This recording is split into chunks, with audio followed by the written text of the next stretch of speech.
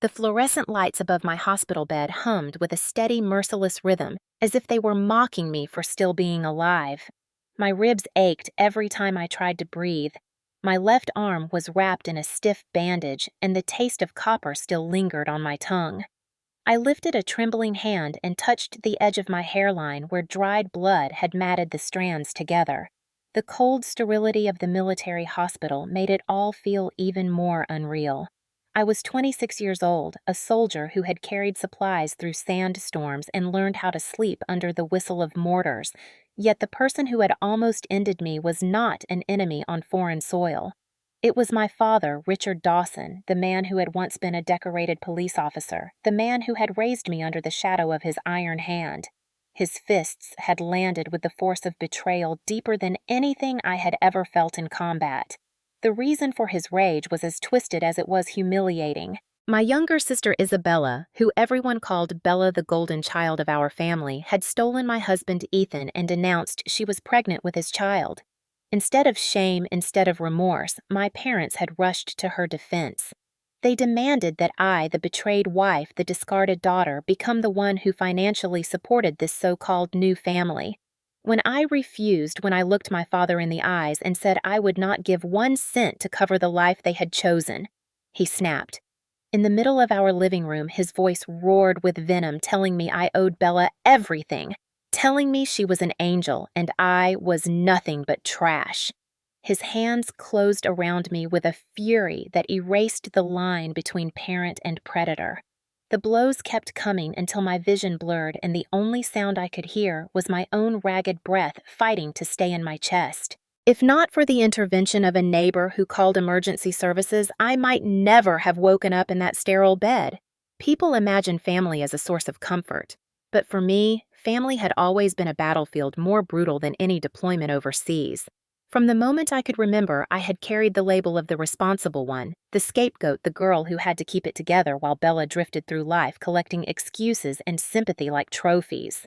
I thought I had learned to live with it. I thought marrying Ethan would finally give me a safe harbor. But as I lay in the hospital, every bone aching, I realized that harbor had turned into a trap built by the very people who should have protected me. What cut deepest was not only the betrayal of my sister, not only the infidelity of my husband, but the sight of my father's eyes when he struck me. They were not the eyes of a man blinded by a moment of anger. They were the eyes of someone who had always believed I was expendable. As a soldier, I had prepared for ambushes, I had memorized escape routes and learned to adapt under fire. Nothing in my training had prepared me for the day my own family declared war on me. Lying in that bed, I replayed every word he had screamed. You owe her. She is the chosen one. You are worthless. Each word landed sharper than the blows themselves. For years, I had swallowed those judgments in silence, convincing myself that if I worked harder, if I proved myself through medals, through discipline, through self-sufficiency, one day they would see me as enough. That night in the living room proved the truth I had avoided. No achievement would ever outweigh Bella's halo in their eyes. I was not their pride. I was their problem. The nurse who came in to check my vitals asked gently if I wanted the blinds open, but I shook my head. I did not want the world to see me like this. I wanted the darkness to wrap around me until I could gather the strength to stand. I remembered the weight of my commanding officer, Captain Miller's hand on my shoulder during deployment, when he told me the only way to survive under fire was to remember your training and trust your instincts. Those words returned now with new meaning. If I could not rely on family, then I would rely on myself. The betrayal had stripped me raw, but it also left me with a strange kind of clarity. I knew I had 2 choices. I could crumble under the weight of their cruelty, or I could rise and prove that their attempt to break me would only make me stronger. Yet even in that clarity, fear slithered in. Fear of facing Ethan's smug indifference, fear of Bella's calculated tears, fear of Richard's fists should I stand against him again. Fear was real, but so was rage. Rage that burned like fire in my veins each time I remembered Bella's satisfied smile as she pressed her hand to her stomach as if her pregnancy was a crown and my pain was her throne.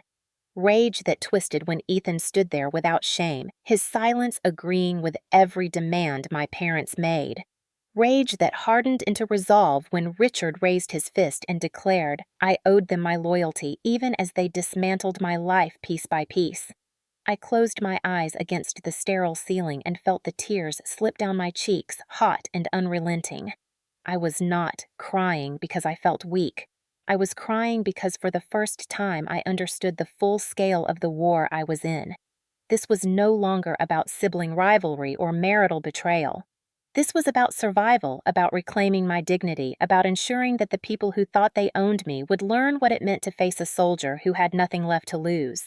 The monitor beside my bed beeped steadily, a reminder that I was still here, still breathing, still able to fight. I whispered to myself words I had repeated under my breath in combat zones when the night was too quiet and danger was too near. Hold the line. Trust your instincts. Do not break.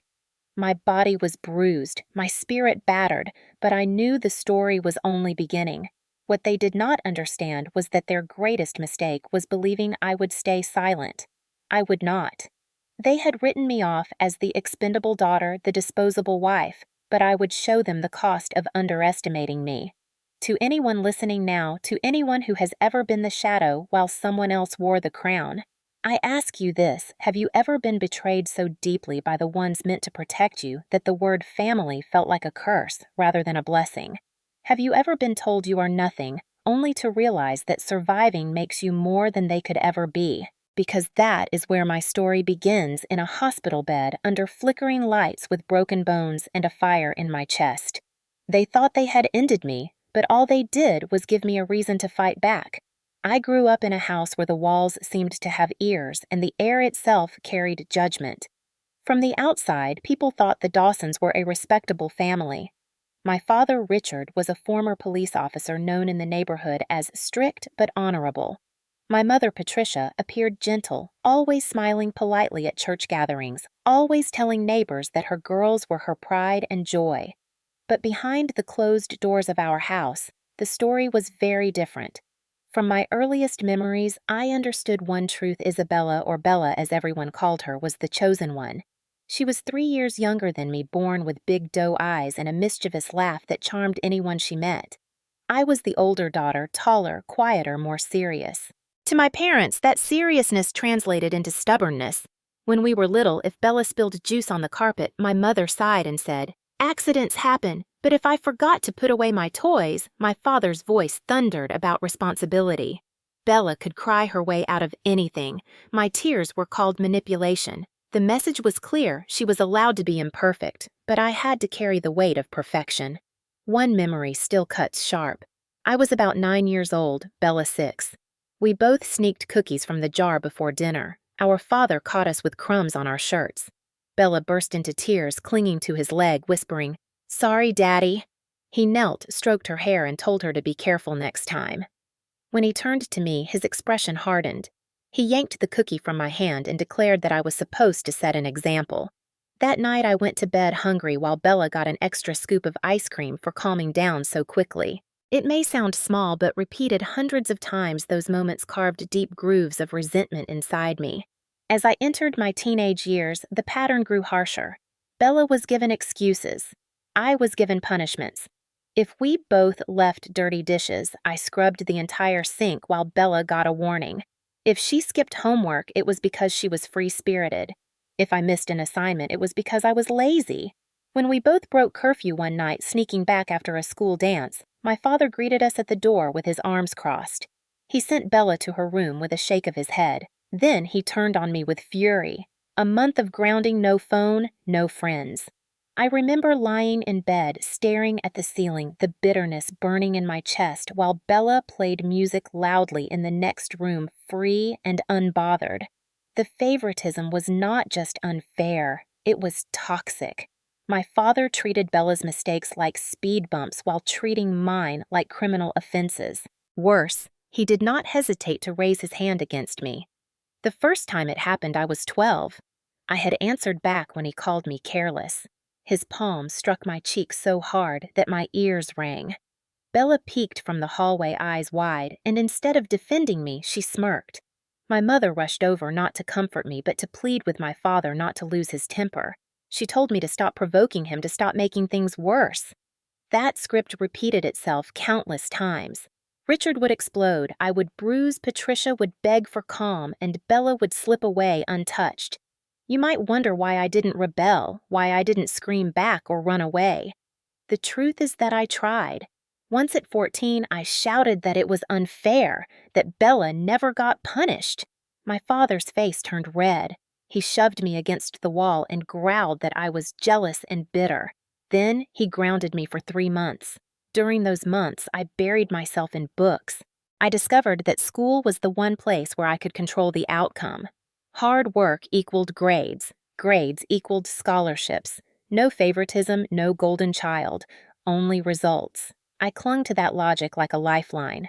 Bella, meanwhile, coasted through adolescence. She skipped classes, failed math, and brought home boyfriends with flashy cars. My parents called it a phase. They covered for her absences, wrote notes to excuse her, blamed teachers for not understanding her. When I came home with an A- in physics, my father said I should have aimed for an A. When Bella came home with a D, he said she had other strengths. Each comment was a knife that reminded me my worth was conditional while hers was infinite. I remember a specific night when I was 16 and Bella 13. We had both sneaked out to a party. We laughed in the bathroom mirror as we lined our eyes with messy eyeliner, pretending to be glamorous. At 1 in the morning, we crept back home only to see the porch light flick on. My father was waiting. His jaw was clenched, his eyes cold. Bella's lip trembled. He sighed and told her to go to bed. Then he turned on me. His voice thundered, grounding me for a month. I sat in my room afterwards, staring at the ceiling, swallowing my rage. That night, something hardened inside me. I realized that no matter what Bella did, she would be protected, and no matter what I did, I would be condemned. The pressure to be the responsible one grew unbearable, but I leaned into it. If I could not win their love, maybe I could win their respect. I poured myself into exams, into athletics, into volunteering. Teachers praised me. Coaches relied on me. But at home, I was invisible. Bella smoked cigarettes behind the garage, dated boys with motorbikes, and still got called special. I ironed my uniform for junior ROTC, marched in parades, and still got called ungrateful. It was during those years that the idea of joining the military took root. I craved discipline that was fair, rules that applied equally. I wanted a place where effort mattered more than favoritism, where no one could erase my achievements with a sigh. When I was 17, recruiters visited our school. They spoke of honor, of duty, of opportunity. I listened and felt a spark of hope. Maybe I could escape the cage my family had built around me. Of course, my father dismissed it. He sneered that I would never last a week. My mother begged me not to go, insisting Bella would be lost without me. Bella laughed outright, calling me too uptight for real service. Their words only steeled my resolve. I signed up the moment I was eligible. When I left for basic training, I carried no blessing from my family, only their scorn. But I also carried a secret thrill. For once, my path was mine alone. Training was brutal, but it was also liberating. The drill sergeants did not care that I was the older sister or the scapegoat. They cared only whether I could finish the run, whether I could carry the pack, whether I could endure. For the first time, my worth was measured by my own sweat and determination, not by comparison to Bella. Letters from home were scarce. When they came, they were filled with updates about Bella's boyfriends, Bella's new haircut, Bella's adventures. Hardly a word about me. But I stopped needing their recognition. I found my own. Yet even as I carved out an identity in the military, the old wounds never fully healed. Each time a superior praised me, I felt a pang of bitterness that my own father never had. Each time I pushed through exhaustion, I remembered the nights I lay awake at home trying to earn his approval. Each time I succeeded, I wondered if it would ever matter to the people who had written me off before I even had a chance. By the time I completed my first overseas deployment, I had become strong, disciplined, and resilient. But returning home meant stepping back into the toxic swamp of my family. Bella had dropped out of school, scraped by with odd jobs, and still my parents called her free-spirited. They asked me to help her financially, to guide her to be patient. It was the same pattern, the same injustice. Only now, I carried the weight of my uniform, the scars of training, the determination to no longer bow my head. I was beginning to see that their favoritism was not just unfair, it was a disease, one that would destroy everything if I let it. Coming back from deployment after nearly 2 years overseas was like stepping from a storm into still air. I returned to American soil, leaner, tougher, my eyes carrying the weight of desert nights and endless marches. When the plane landed and the ramp lowered, families rushed forward with flags and tears. I stood at attention, saluted my commanding officer, and then picked up my single duffel bag. No one waited for me at the airport. Richard had scoffed at my service. Patricia had murmured that Bella needed her, and Bella had not even pretended to care. So I walked out alone, the taste of independence sharper than loneliness. The military had given me discipline and pride, but it had not erased the hollow ache of being unwanted at home. I found an apartment near the base, modest and clean, with just enough space for my cot and a desk piled with books. It was there that I began to build a civilian rhythm between shifts at the logistics unit. Life was simple but steady. I told myself I was content. And maybe I would have been if not for the day I met Ethan Cole. It was at a veterans outreach event hosted by a tech company partnering with the military. Rows of tables lined with brochures and laptops buzzed with conversation. Ethan was standing behind one of those tables, his dark hair neatly combed, his tie slightly crooked as if he had rushed to make it on time. He looked up when I asked about their cybersecurity program, and for the first time in a long while, someone's gaze lingered on me with curiosity rather than judgment. He laughed when I cracked a dry joke about firewalls being like sandbags against incoming fire. "You must have some stories," he said, his tone warm, not mocking. We talked longer than I expected, his calm manner pulling me into an ease I rarely felt. Over the weeks that followed, we met for coffee. He asked about my deployments and listened with genuine attention. I asked about his work, and he explained with patience that made the technical terms almost poetic. He never once compared me to Bella. That alone felt like a gift. By the time Ethan asked me to dinner, my guard had lowered enough to say yes. He was steady, reliable, respectful. After years of being measured against an impossible standard, I let myself believe I had finally found a man who saw me for who I was, not who I wasn't. Our relationship moved with a quiet certainty. We dated for a year, often spending weekends hiking trails or cooking together in my small apartment. When he proposed on a wind-swept cliff overlooking the ocean, I said yes with tears in my eyes. For the first time, I thought maybe I could create my own family, one not poisoned by favoritism and control. The wedding was small, attended by a few of my fellow soldiers and some of Ethan's co-workers. My parents came, of course, with Bella at their side, but their smiles looked more like politeness than pride.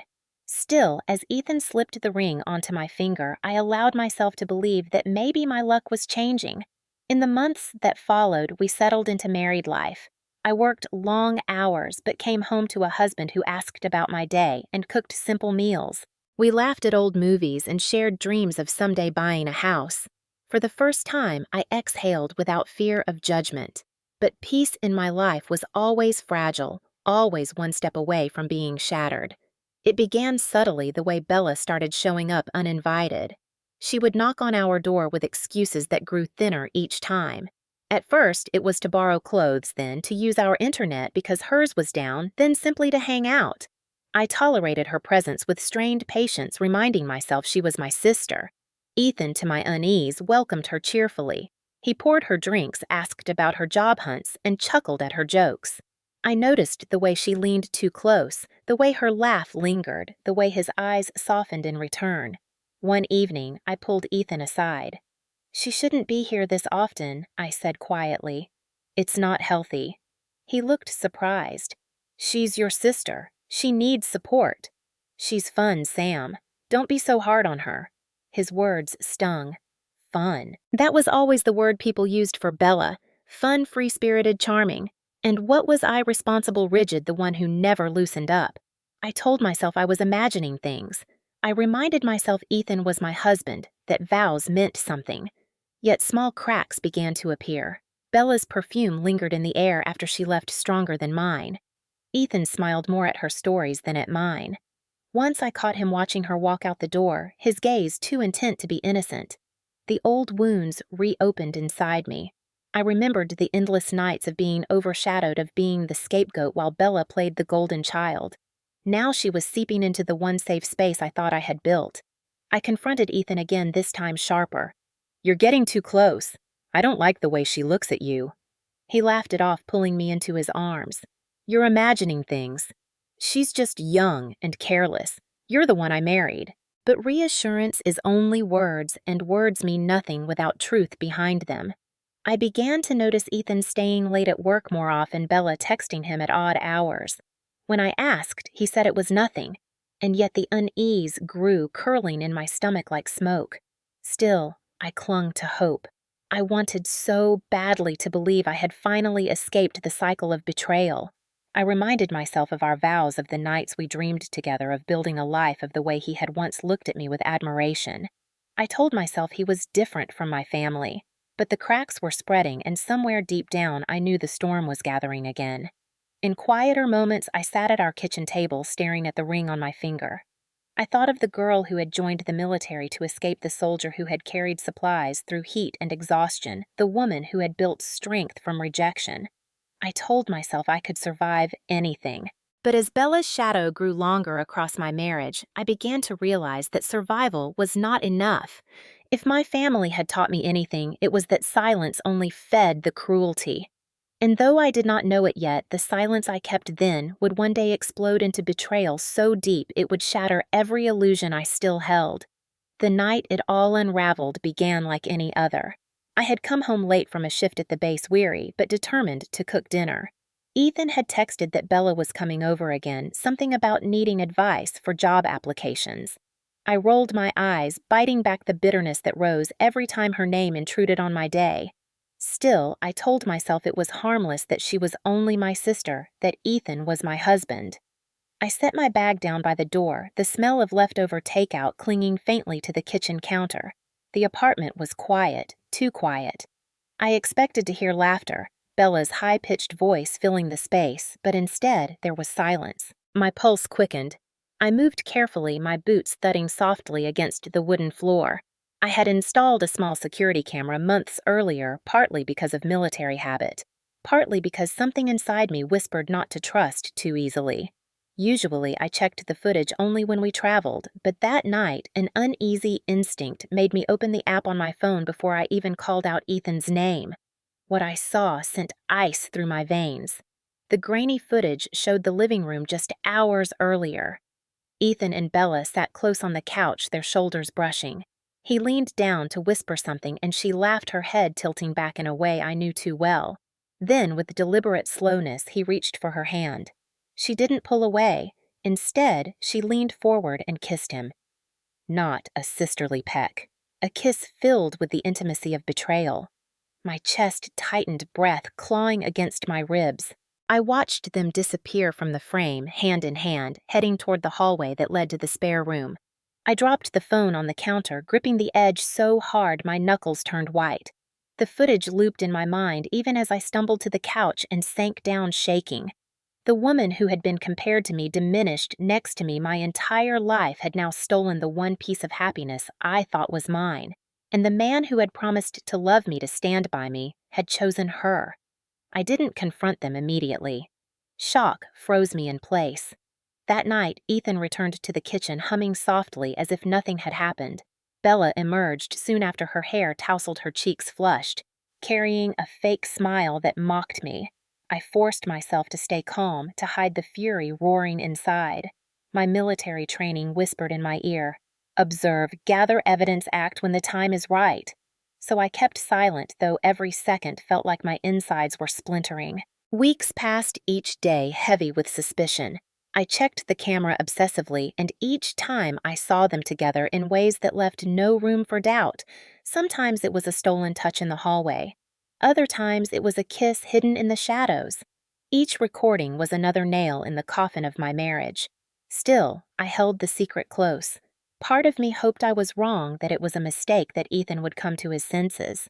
But deep down, I knew hope was only delaying the inevitable. Then came the announcement that ripped away any illusion. We were at my parents' house, sitting around the dinner table, heavy with food I barely tasted.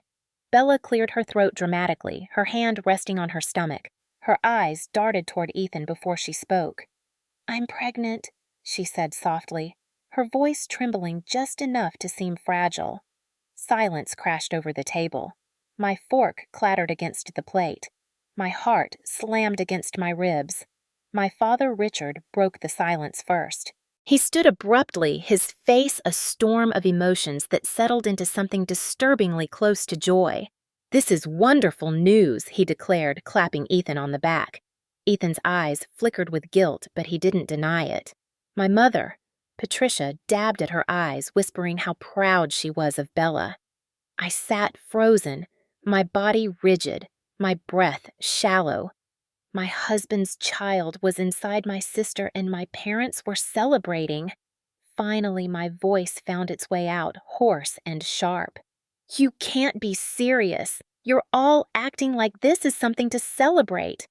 Bella looked at me, her eyes glistening with tears that I knew were rehearsed. "We didn't plan it, Sam. It just happened. But we're in love." The words slammed into me harder than any punch I'd ever endured. Ethan reached for her hand, sealing the betrayal before my eyes. Richard turned his glare on me. "You need to calm down. Family stands together, and now more than ever, Bella needs us. She's carrying new life. You should support her. You should support them." His voice dripped with authority, the same authority that had silenced me all my childhood. I shook my head slowly, disbelief crashing into rage. "Support them. You're asking me, the betrayed wife, to take care of my cheating husband and my pregnant sister." My mother reached across the table, her hand trembling. "Don't be selfish, Samantha. This is about family. Blood comes first." It was as if the world tilted sideways.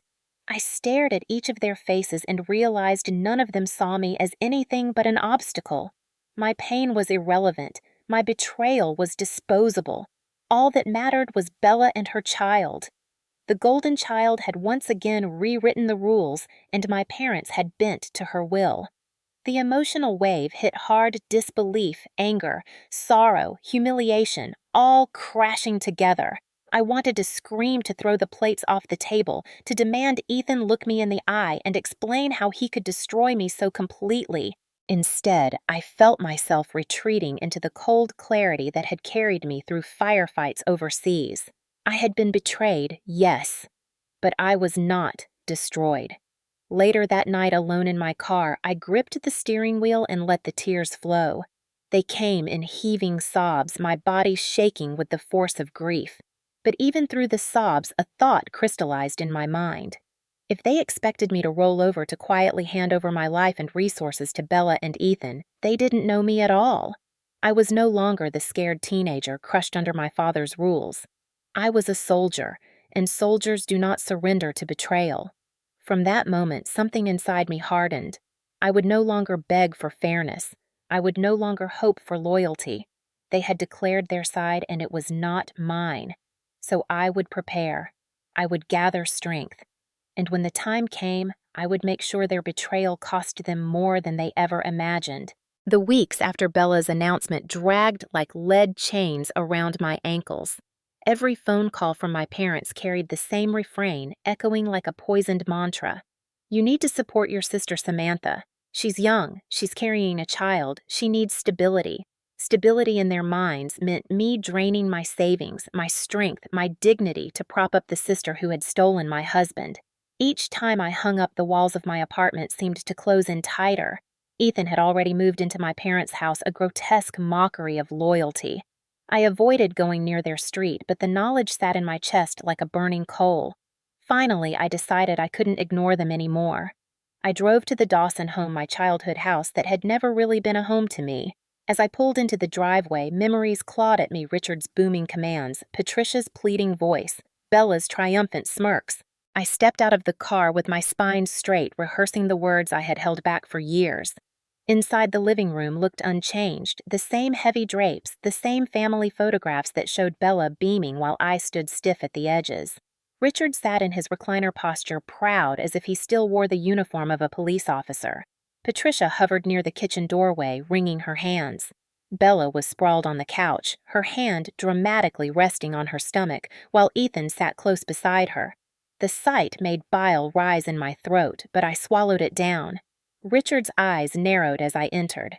"About time you came to your senses," he said. "We need to discuss how you're going to help."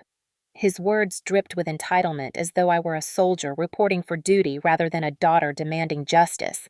I remained standing, refusing to take a seat among them. "I'm not here to agree," I said, my voice steady despite the storm in my chest. "I'm here to tell you I will not fund this. Not 1 cent. Not for Bella. Not for Ethan. Not for a life built on betrayal." Bella's face crumpled into a mask of wounded innocence. "Sam, please don't be cruel. This isn't just about us. It's about the baby. He deserves a future." I clenched my fists. "And what about my future? What about the vows Ethan made to me? What about the years I spent serving my country while all of you dismissed me? Does none of that matter?" Patricia stepped forward, her eyes glistening. "It matters, sweetheart. But blood is blood. You can't turn your back on family. Don't let anger make you bitter." The words sliced deeper than any blade. How easy it was for her to paint me as bitter, to reduce my fury to pettiness. I turned to Ethan, who avoided my gaze, his hand gripping Bella's tighter. "Say something I demanded. Look me in the eye and tell me you didn't destroy our marriage for her." His jaw tightened, but he stayed silent. The cowardice in his silence was louder than any confession.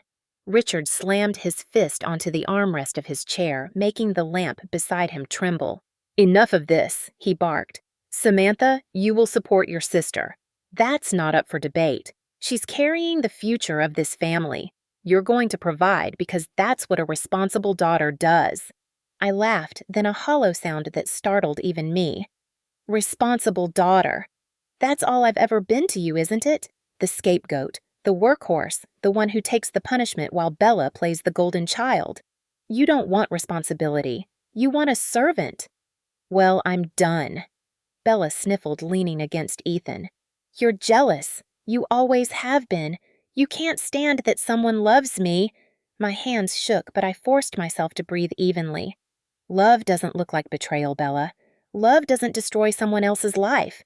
And if you think parading your pregnancy will trap me, you're wrong." Richard stood, his tall frame looming, his eyes burning with fury. "Watch your mouth," he growled. "You will not disrespect your sister in this house. This house I shot back. The one where you taught me my worth was less than hers. The one where you raised your hand against me while Mom looked away. Respect is earned, Dad, and you've done nothing to earn mine." The room went still. Patricia gasped softly. Bella widened her eyes. Ethan shifted uncomfortably. For once, I had spoken the truth. They all preferred to keep buried. My father's face turned red, his fists clenching at his sides. For a moment, I thought he might strike me right there, but I stood my ground, meeting his glare with the unflinching resolve of a soldier. "You think your uniform makes you better than us?" he spat. "You think serving overseas gives you the right to turn your back on family?" I took a step closer, my voice low but sharp. "Serving overseas taught me what loyalty really means. It means standing by those who protect you, not those who betray you. It means sacrifice for a cause greater than yourself, not using blood ties as an excuse to exploit. You wouldn't understand because you've never valued loyalty. You've only valued control." Patricia reached out as if to touch my arm, her voice trembling. "Sam, please, let's not tear each other apart. We can find a way." I pulled back. "The only way is truth. And the truth is, I will not give my life away for Bella's mistakes and Ethan's betrayal. You've chosen your side. Now live with it." Bella's tears dried instantly, her face twisting with venom. "If you walk away now, don't expect to ever be welcome here again." The words landed with surprising relief. "I never was welcome," I said quietly. "Not really. You just kept me around to bear the blame." "Well, I won't do it anymore." The tension in the room vibrated like a live wire. Richard's breathing was heavy, his fists trembling, but I saw something else in his eyes. Fear, not of me, but of losing control. For the first time, he realized his power over me was slipping. I turned on my heel, walking toward the door. Patricia called my name softly, but I didn't stop. My boots hit the floor with measured steps, each one heavier with finality.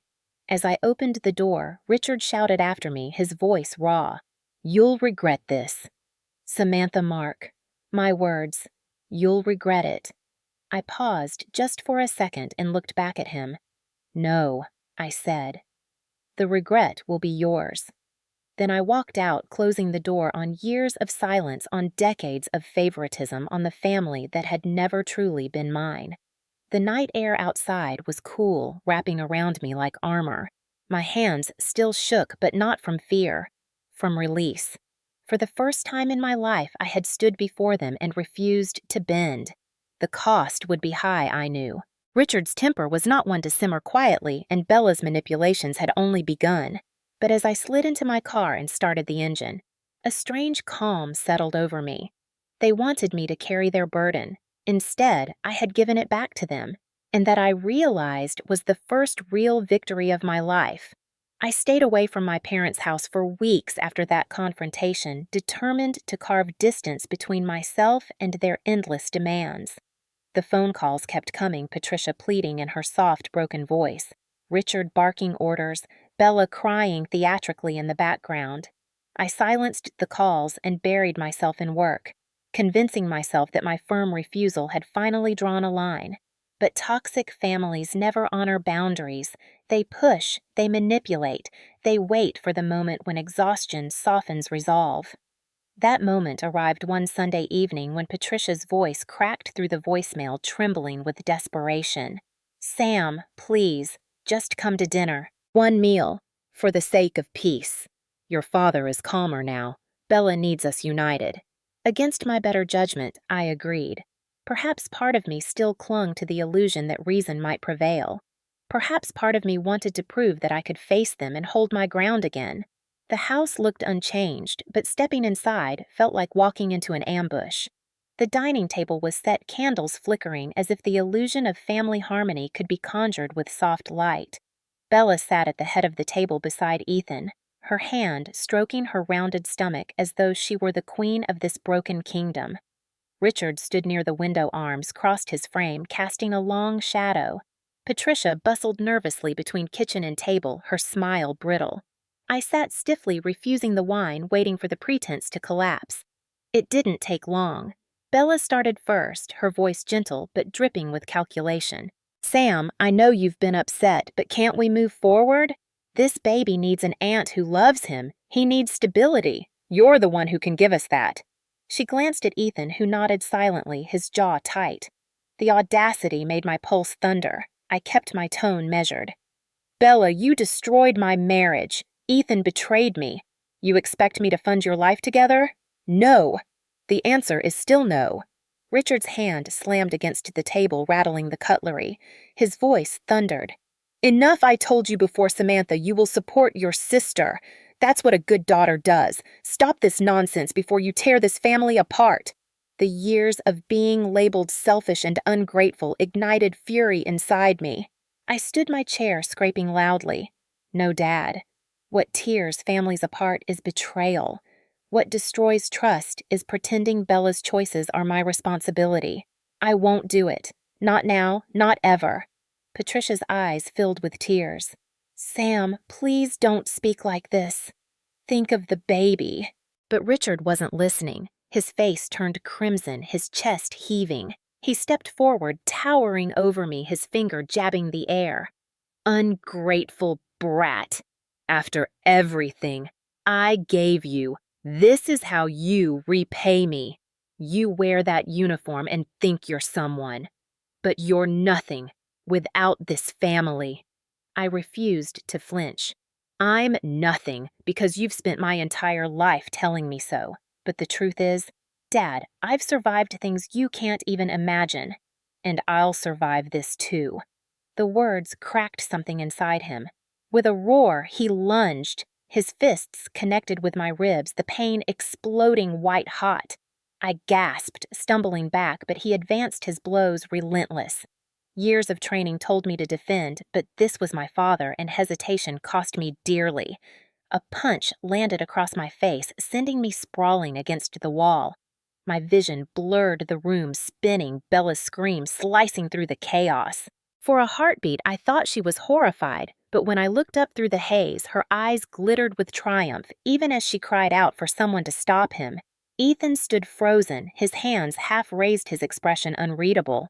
Patricia clutched her apron, sobbing, but making no move to intervene. Richard loomed over me, his fist raised again. "You'll learn respect if I have to beat it into you," he growled. The words echoed in my ears, mingling with the ringing from the impact. Something inside me snapped. This was not discipline. This was not fatherly authority. This was violence, raw and merciless. I curled, shielding my head as his boot connected with my side. Agony shot through my body, stealing my breath. For a moment, the soldier in me faltered under the weight of the daughter who had spent her life trying to earn love. But then the soldier fought back. Through the blur, I remembered the mantra from basic training: hold the line, protect your core, survive until backup arrives. I dragged myself toward the edge of the table, grabbing the chair to pull myself upright. My ribs screamed in protest, my arms shook, but I forced myself to stand. "You can break my bones," I rasped, my voice hoarse, "but you will never own me again." The room froze. Richard's nostrils flared, his fists trembling, but something in my defiance unsettled him. Bella gasped theatrically, clutching her stomach as though my refusal itself endangered her unborn child. Patricia wailed, begging Richard to stop begging me to apologize, begging for a peace that had never existed. Ethan muttered something about calling an ambulance, but his words were drowned in the chaos. The last thing I remember before darkness claimed me was Richard's shadow looming, his spit flying as he shouted, "You'll regret this, Samantha. You'll regret every word." Then the world tilted, my knees buckled, and everything went black. When consciousness returned, I was surrounded by the antiseptic smell of the military hospital again. Pain throbbed in every corner of my body. A nurse adjusted my IV. Her eyes filled with pity.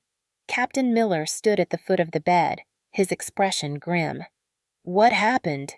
he asked quietly, though I could see from his clenched jaw that he already knew. I tried to answer, but the words stuck in my throat. My body was broken, but my mind raced. If I admitted the truth, the chain of consequences would begin. My father's career reputation would be tarnished, my family's secrets spilled into the open. But if I stayed silent, the cycle would never end. Captain Miller placed a hand on the railing of the bed, leaning in. "Sam, listen to me. You've served with honor. You've faced danger in combat, but no enemy overseas has done this to you. Don't carry this alone. You don't owe them your silence." His words cut through the fog of pain, awakening something fierce inside me. I realized then that surviving wasn't enough anymore. I couldn't keep patching myself back together while they destroyed me piece by piece. My father's violence had escalated to the point of nearly killing me.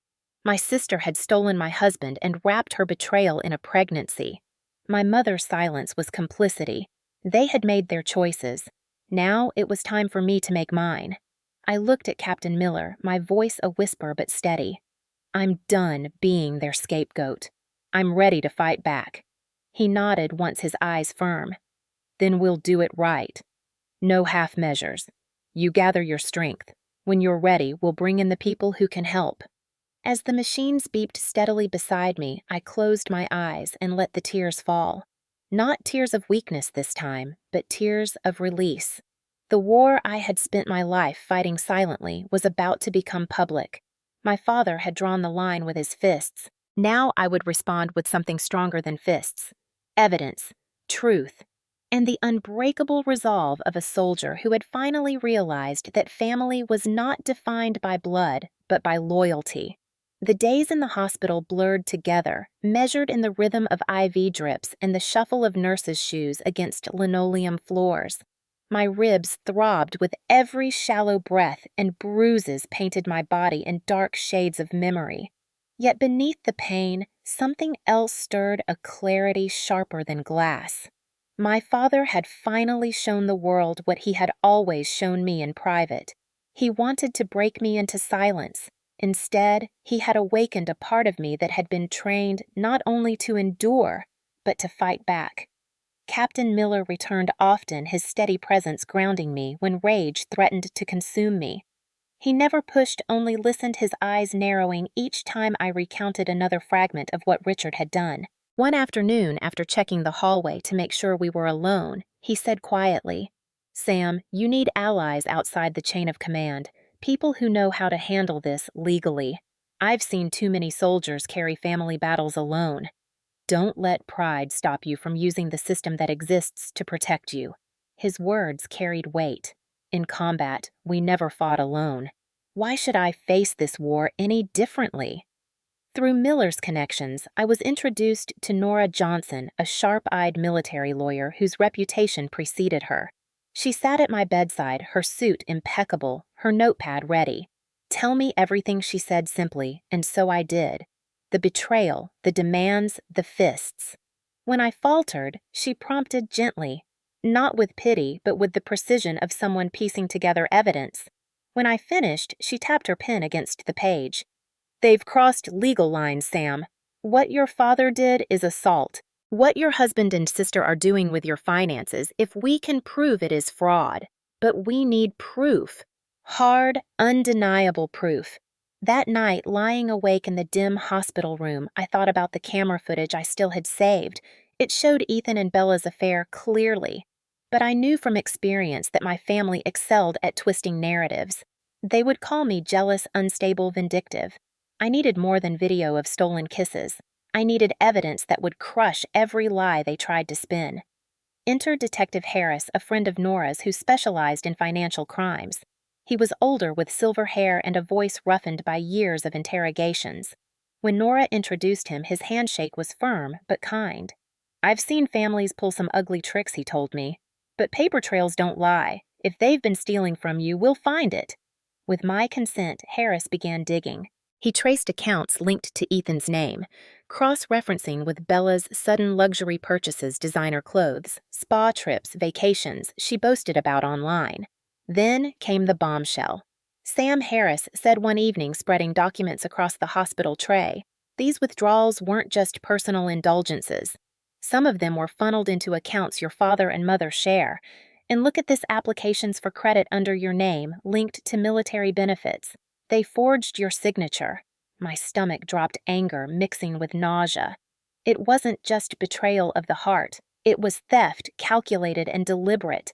My own blood had turned my service, my sacrifice, into their personal ATM. The fury steadied me rather than breaking me. "Then we use this," I said firmly. "We don't just fight them emotionally, we fight them legally." Nora leaned forward, her eyes sharp. "Exactly. But we have to be strategic. They'll play the sympathy card with Bella's pregnancy, your father's age, your mother's fragility. They'll paint you as the cold soldier who abandoned her family. So we build a case they can't spin. We document everything. We collect every recording, every bank statement, every threatening word." I remembered the night Richard's voice had thundered, promising I would regret defying him. I had recorded that moment on my phone, a habit ingrained from years of needing backup in hostile environments. My hands trembled as I handed the file over to Nora. She listened, her face impassive, until the end, when she said simply, "This will bury him." The weeks became a flurry of quiet preparation. While my body healed, my resolve hardened. Harris traced funds back to Bella's forged business certificate, exposing her attempts to appear legitimate. Nora drafted legal strategies that anticipated every excuse they might throw. Captain Miller ensured I had military leave to focus on the case, his faith in me a steady anchor. At night, when the hospital quieted, I watched the footage again, not to torture myself, but to remind myself of what I was fighting. Ethan's hand on Bella's waist, Bella's coy smile, my father's fists slamming into me, my mother's silence. Each image fueled the fire. Emotional undulations surged through me. Sorrow when I remembered the girl who once believed family meant safety, rage when I saw how easily they discarded me, determination when I realized survival now meant exposing them fully. One evening, Bella herself had the audacity to call. Her voice was honeyed, dripping with false innocence. "Sam, why are you making this so hard? You know this isn't what we wanted, but the baby, he needs you. Don't ruin this family with your bitterness." I gripped the phone so tightly my knuckles whitened. "You ruined this family, Bella. You and Ethan. You and Dad. And the only thing I'm bitter about is not seeing the truth sooner. You think pregnancy is a shield, but it won't protect you from the truth coming out." She gasped, pretending to be hurt. "You've changed, Sam. You sound cruel." I hung up before her words could poison me further. The truth was, I had changed. Pain had burned away the last traces of the dutiful daughter they once controlled. What remained was the soldier armed with evidence and allies. The plan was simple but powerful. Let them believe I was cornered. Let them think I would crumble under pressure and then strike with everything I had gathered. As my discharge from the hospital approached, Nora outlined the next steps. "They'll try to sue you first. Wrongful termination, emotional distress, discrimination because of Bella's pregnancy. We'll counter with assault, fraud, embezzlement. But remember, Sam, the courtroom isn't just about facts. It's about narrative. You need to tell your story clearly, calmly, with the strength you've always carried. If you do, the jury will see the truth." Her words reminded me of something Aunt Mildred once told me years ago. "Trust your instincts. They rarely steer you wrong." My instincts now told me the time for silence was over. On my last night in the hospital, I stood slowly, my body still sore, but my spirit unbroken. I looked at my reflection in the small bathroom mirror, bruises fading into yellow eyes, still fierce. "You thought you could destroy me," I whispered, to the ghost of my father's rage, to Bella's smirk, to Ethan's betrayal. "But you only made me stronger." The next morning, I walked out of the hospital not as a victim, but as a soldier preparing for battle. My allies waited Nora with her files, Harris with his evidence, Miller with his unshakable support. Together, we would face the storm. This was no longer just about my dignity. It was about exposing the rot that had masqueraded as family for too long. And I was ready. The courthouse smelled faintly of polished wood and old paper, a place where secrets were dragged into daylight and weighed on scales of law. As I walked through its heavy doors, my boots echoing across the marble floor, the weight of years pressed down on me. This was not another military deployment. This was not foreign soil. This was my battlefield, and the enemies wore the faces of those who had once called themselves my family. Nora walked beside me, her expression sharp, her briefcase clutched like a weapon. Detective Harris trailed behind, carrying files thick with evidence. Captain Miller had come too, sitting silently in the gallery, a quiet anchor reminding me that I wasn't walking into this war alone. The plaintiffs were already there. Bella entered first, her rounded belly emphasized by a flowing dress, her face pale with carefully applied makeup. Ethan walked beside her, his jaw set in a mask of cold determination. Behind them, my parents followed like loyal guards, Richard's chest puffed out as though he were still a man of authority. Patricia clutching her purse as if it could protect her from truth. Together, they looked like a family united, and for a fleeting moment, my stomach clenched. Would the jury see them as victims as they so desperately wanted?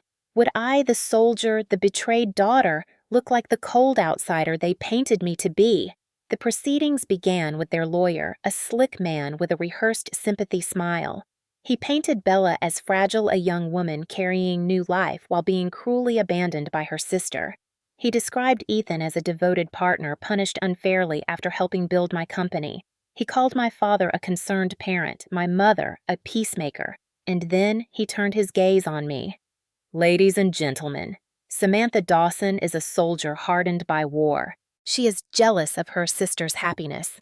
She lashed out in anger and spite.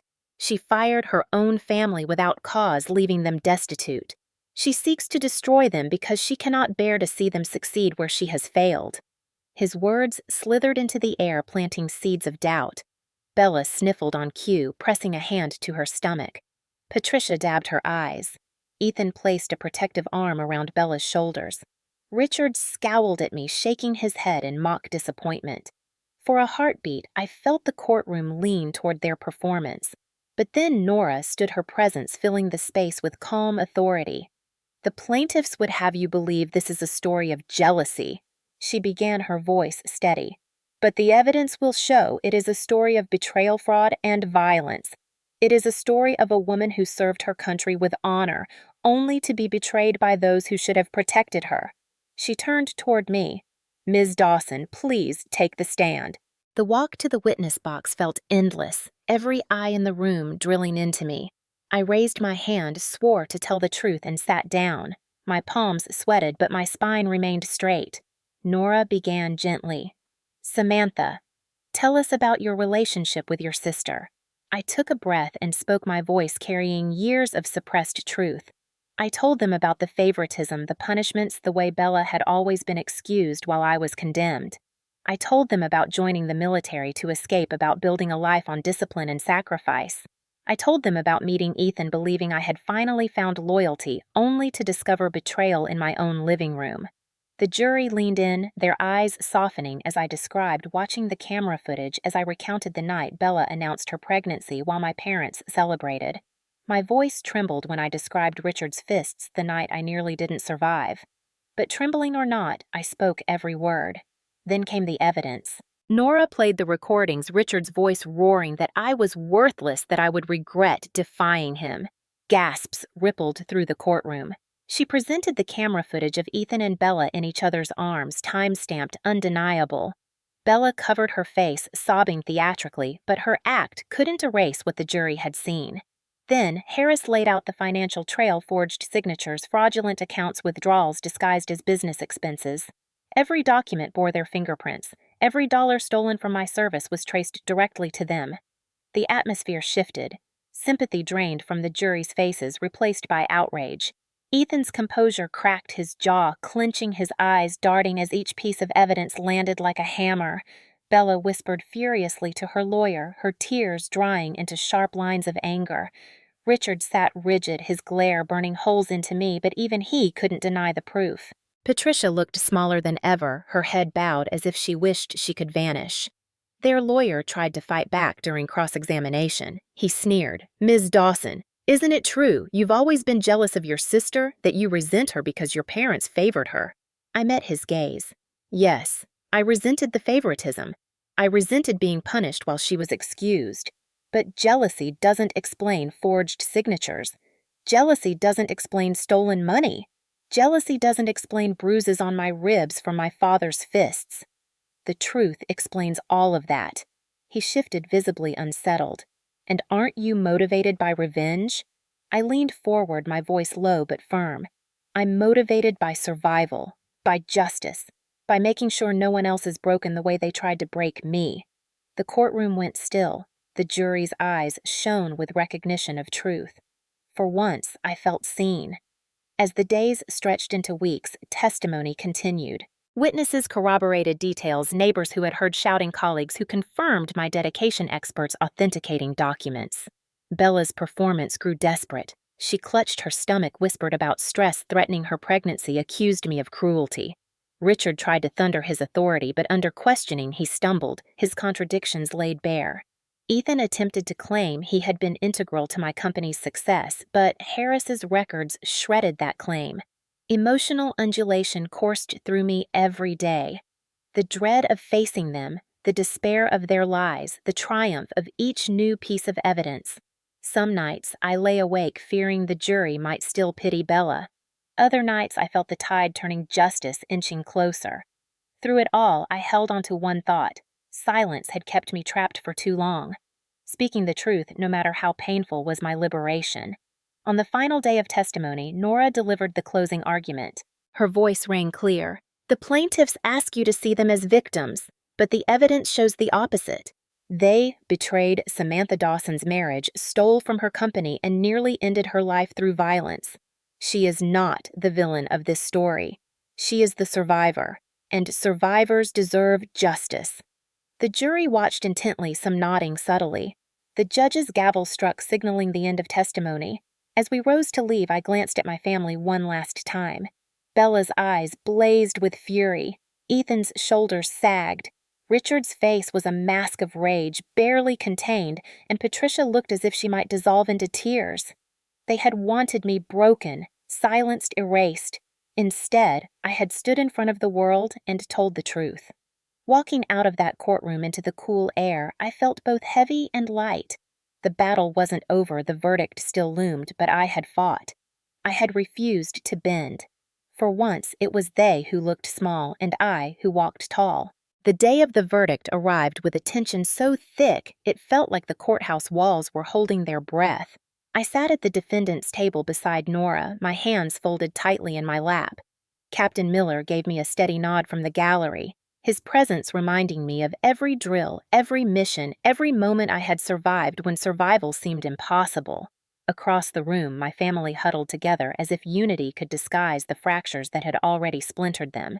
Bella's dress clung to her rounded belly, her hand resting delicately on top, her face arranged in practiced fragility. Ethan sat beside her, his jaw tight, his eyes darting with the cold calculation of a man who had run out of excuses. Richard leaned forward, his glare fixed on me like the barrel of a loaded weapon, while Patricia kept her eyes on the floor, her lips moving as though in prayer. The jury filed in each step, echoing through my chest. My breath caught as the foreperson stood. The judge's voice was calm neutral, but the weight of his words carried the force of judgment. On the matter of wrongful termination, the jury finds in favor of the defendant, Samantha Dawson. A collective murmur swept the courtroom. I felt my lungs expand as though I'd been underwater for months and finally breached the surface. The foreperson continued. On the matter of emotional distress, the jury finds in favor of the defendant. On the matter of discrimination against a pregnant woman, the jury finds in favor of the defendant. Bella let out a gasp, clutching her stomach, tears streaming down her cheeks, but the jury foreperson didn't pause. On the matter of financial fraud, the court finds the plaintiffs Ethan Cole and Isabella Dawson guilty. Gasps erupted from the gallery. Ethan's head dropped into his hands. Bella shook her head violently, whispering, "No, no, this isn't fair," as though fairness had ever been her concern. The judge's gavel struck once for silence. Then came the blow that shook them all. On the matter of aggravated assault, Richard Dawson is found guilty. The courtroom fell utterly still. Richard's face flushed crimson, his fists clenching as if he could beat back the verdict by sheer force of will. Patricia whimpered softly, pressing a tissue to her lips. The judge cleared his throat. Sentencing will proceed immediately. The prosecutor laid out the recommendations, and the judge delivered them with unwavering clarity. Richard Dawson sentenced to 4 years in prison for aggravated assault with no chance of parole for 2. Ethan Cole, 3 years for financial fraud and embezzlement stripped of any claim to my company, the divorce finalized with no alimony. Isabella Dawson probation and community service spared jail only due to her pregnancy, but stripped of financial control, her fraudulent certificate exposed as worthless. Custody of her child would be determined by social services upon birth, with strong recommendations against placing the baby in her care. Patricia Dawson, though not charged, faced frozen accounts and the financial ruin of legal fees. The judge's gavel struck one final time. This court is adjourned. For a heartbeat, silence held the room like a clenched fist. Then the dam broke. Reporters surged forward, cameras flashing questions shouted. "Samantha, how do you feel? What will you do next? Do you forgive your family?" I walked past them without answering, my spine straight, my face calm. They didn't deserve to see me crumble. Behind me, chaos erupted. Richard roared, his voice echoing as officers restrained him. "You think you've won, Samantha? You're nothing! Nothing!" His words rolled off me like water off armor. Ethan refused to look at me. His head bent low as handcuffs clicked around his wrists. Bella wailed, clinging to Patricia. Her sobs a desperate symphony of self-pity. Patricia called after me, her voice thin. "Sam, wait, please." But I didn't stop. Stepping into the sunlight outside the courthouse, I felt the air fill my lungs with something close to freedom. The weight of years seemed to lift, replaced by an emptiness that was not despair, but space to rebuild space to breathe. Captain Miller joined me on the steps, his hand firm on my shoulder. "You held the line," he said simply, and I had. In the weeks that followed, consequences rippled outward like aftershocks. Richard was booked into county jail, his mugshot plastered across local news. The proud former officer reduced to another inmate in Orange. Ethan's conviction sent waves through the business community, his reputation ruined his career in ashes. Bella gave birth months later under the watch of social workers, her child placed into foster care after assessments deemed her unfit. I never saw the baby, but sometimes late at night I thought about the innocent life caught in the wreckage of their choices. Patricia moved into a small apartment, her calls to me unanswered, her letters returned unopened. She had chosen silence for too long. Now I chose silence in return. At my company, I stood before my employees and told them the truth. No excuses, no evasions, only the facts. Some looked at me with sympathy, others with doubt, but I showed up every day, rebuilding the trust brick by brick. Slowly, the headlines faded, replaced by new contracts, new opportunities. The company not only survived, it grew. Emotionally, the undulation continued. Some mornings I woke with a heaviness haunted by Richard's fists, Bella's smirk, Ethan's silence. Other mornings I felt light, strong, untouchable. Healing was not a straight path, but a jagged climb, yet with each step I rose higher than before. One evening, alone in my apartment, I replayed the judge's words in my mind. Guilty. Sentenced. Probation. Each term was a marker proof that justice had finally spoken. I pulled out a photograph from my drawer, one taken years earlier of me and Bella as children. She grinned with ice cream smeared across her cheeks while I stood beside her straight-backed even then. I studied it for a long time before tearing it in half. It wasn't anger anymore. It was release. The consequences had been delivered not by my fists or my fury, but by truth and evidence. That more than anything proved I had broken free. They had underestimated me, dismissed me, tried to control me, but in the end, it was their own actions that destroyed them. As I prepared for bed that night, I whispered to myself, "It's over." Not because the scars had vanished, not because the memories would fade easily, but because the battle for justice had been won. And now, finally, I could begin the war for peace. In the quiet, after the storm, I moved into a small condo near the base. The walls were bare at first, stripped of memories, free of shadows. It was nothing grand, but it was mine. No family photos with false smiles, no echoes of raised fists, no reminders of betrayal. Just 4 walls and the chance to rebuild. Each morning I brewed coffee, the aroma filling the air, and sat by the window watching the sunrise. It felt like a new ritual, a silent promise to myself, you survived, and now you will live. Healing did not arrive all at once. It came in uneven waves, sometimes gentle, sometimes crashing. Some nights I woke, drenched in sweat. Richard's roar echoing in my ears, my ribs aching with phantom pain. Other nights I dreamed of Bella's smirk, Ethan's silence, Patricia's pleas, and woke with tears sliding down my cheeks. Yet there were mornings when I opened my eyes and felt lightness, the weight of their chains finally slipping from my shoulders. Emotional undulation followed me, but this time it wasn't chaos, it was growth. I threw myself into work, determined not to let their destruction define my company. Standing before my employees, I shared the truth. I didn't disguise the wounds, didn't pretend everything was fine. I told them what had happened, what I had endured, and what I planned for the future. At first, I saw hesitation in their eyes, but slowly, respect bloomed. They realized I wasn't broken. I was tempered like steel, forged in fire. The company expanded, new clients signing contracts, new markets opening. Each success was not just profit. It was a declaration they hadn't destroyed me. Beyond business, I sought community. Captain Miller introduced me to a support group for women who had endured family violence. At first, I sat in silence listening to stories that mirrored my own daughter's dismissed wives, betrayed women, beaten down by those who should have protected them. Their words were raw, their scars visible and invisible. Slowly, I began to share. I spoke of favoritism, of fists of betrayal in my own living room, and when I finished, the room did not pity me. They nodded with understanding. For the first time, I was not alone. In that circle, I found solidarity. We exchanged numbers, checked in on each other, celebrated victories both small and large. One woman left her abuser. Another gained custody of her children. I built friendships rooted not in blood, but in honesty. I realized then what family truly meant, not shared DNA, but shared loyalty. Months passed and the noise around the trial faded. Reporters moved on, neighbors stopped whispering. My parents lived quietly, their finances gutted, their reputations bruised. Richard served his sentence behind bars, his authority stripped. Bella struggled under probation, her child raised in foster care. Ethan languished in prison, his name forgotten in the industry he once boasted about. I didn't gloat. Their downfall was their own making. My focus was forward.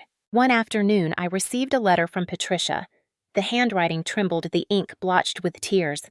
She begged for forgiveness, claimed she had been trapped between loyalty to her husband and love for her daughters. She asked me to visit to meet her grandson to mend the bond. I placed the letter back in the envelope and returned it unopened. Forgiveness is not owed, it is earned, and they had never tried to earn it. Instead, I chose new paths. I enrolled in leadership courses offered through the military, preparing for promotions that once felt out of reach.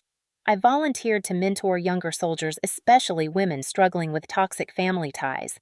I told them, you do not have to carry the weight of those who refuse to lift their own. You can choose a different future. Their eyes lit with hope, and I saw reflections of my younger self finally receiving the words she had needed all along. In time, I also learned to embrace solitude. I hiked trails alone, stood on mountaintops with the wind whipping against my face, and felt free. I cooked dinners for myself, savoring meals without tension at the table. I read books late into the night, my home filled with silence that no longer felt empty but peaceful. Slowly, the wounds turned into scars, reminders of battles fought and won. One evening, I pulled out an old photograph of me in uniform taken during my first deployment. My face looked younger, but the eyes were the same, determined, watchful, unyielding. I placed it on my desk as a reminder. Not of war overseas, but of the war I had survived at home. Both had demanded resilience. Both had left marks. But both had proven that I was stronger than anyone expected. The rebirth came not in dramatic moments, but in quiet choices. Choosing to block the calls instead of answering. Choosing to laugh with new friends instead of drowning in bitterness. Choosing to invest in myself instead of pouring resources into those who betrayed me. Each choice was a brick in the foundation of the life I was building. One day, while mentoring a group of recruits, I found myself standing in front of them with a sense of clarity. You will be tested, I told them. Sometimes the hardest battles won't be overseas. They'll be in your own homes, in your own families. But don't let anyone convince you that their definition of your worth is the truth. You decide your value. You decide your future. I'm standing here because I chose not to let betrayal define me. And so can you. Their applause wasn't loud, but the sincerity in their eyes filled me more than any standing ovation ever could. Healing, I realized, wasn't about forgetting. It was about remembering without bleeding. It was about carrying scars with pride instead of shame. It was about taking the ashes of betrayal and building something new. As I walked home that evening, the sky painted in hues of orange and gold, I whispered to myself, you're free. Free from Richard's fists. Free from Bella's manipulation. Free from Ethan's betrayal. Free from Patricia's silence. Free to live, to lead, to love again one day if I chose. I didn't know what the future held.